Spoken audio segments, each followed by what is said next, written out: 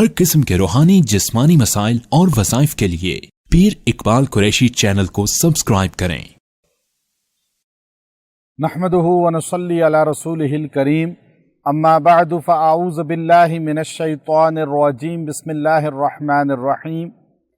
آج آپ کو سفر کی حفاظت کے لیے بہت خاص عمل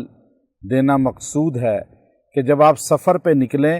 یہ مختصر عمل کر لیں، اللہ آپ کی سواری کی، آپ کے فیملی کی حفاظت فرما دیں گے۔ یہ اتنا خاص عمل ہے کہ جس کو بھی بتایا یا ہم نے خود کیا، الحمدللہ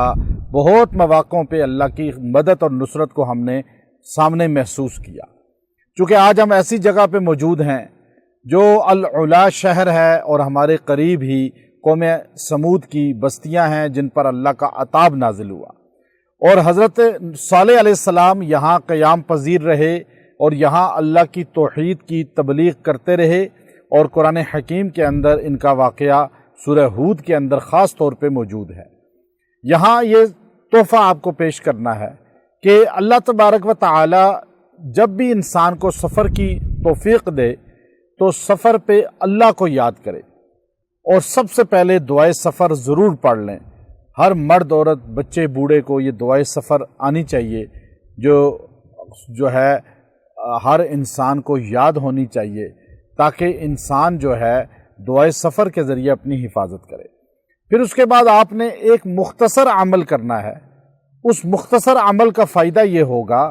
کہ جب آپ سفر پہ نکلیں گے تو آپ کی فرشتوں کے ذریعے حفاظت ہو جائے گی، خالی انسانوں سے نہیں بلکہ جنات سے بھی،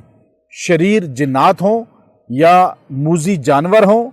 یا کوئی بھی حشرات الارض ہوں یا انسان ہوں، سب سے آپ کی حفاظت ہوگی، اور آپ کی خالی نہیں بلکہ آپ کی جو سواری ہے، چاہے وہ گاڑی ہے، چاہے وہ جہاز ہے، چاہے ٹرین ہے، آپ جس پر بھی سوار ہیں اس سب کی حفاظت ہو جائے گی۔ وہ مختصر عمل یہ ہے کہ آپ نے جب سفر شروع کرنا ہے تو بسم اللہ سے پہلے اعوذ باللہ پڑھنا ہے ایک بار، اس کے بعد بسم اللہ پڑھ کے سورہ فاتحہ ایک بار پڑھنی ہے، پھر آیت الکرسی ایک بار پڑھنی ہے، پھر بسم اللہ پڑھ کے 4 قل ایک بار پڑھنے ہیں، سورہ کافرون ایک بار بسم اللہ کے ساتھ،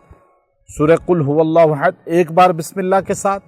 اور سورہ فلق اور سورہ ناس کو مع بسم اللہ ایک بار پڑھنا ہے، اور اپنے پر اور سواری پہ پھونک دینا ہے، اور آپ نے پھر بے فکر ہو کے سفر کرنا ہے۔ لیکن سفر میں غفلت سے بچ کر سفر کریں، اللہ کو یاد کرتے رہیں، نمازوں کا اہتمام کریں، سواری روک لیں، نماز پڑھیں، وقت پر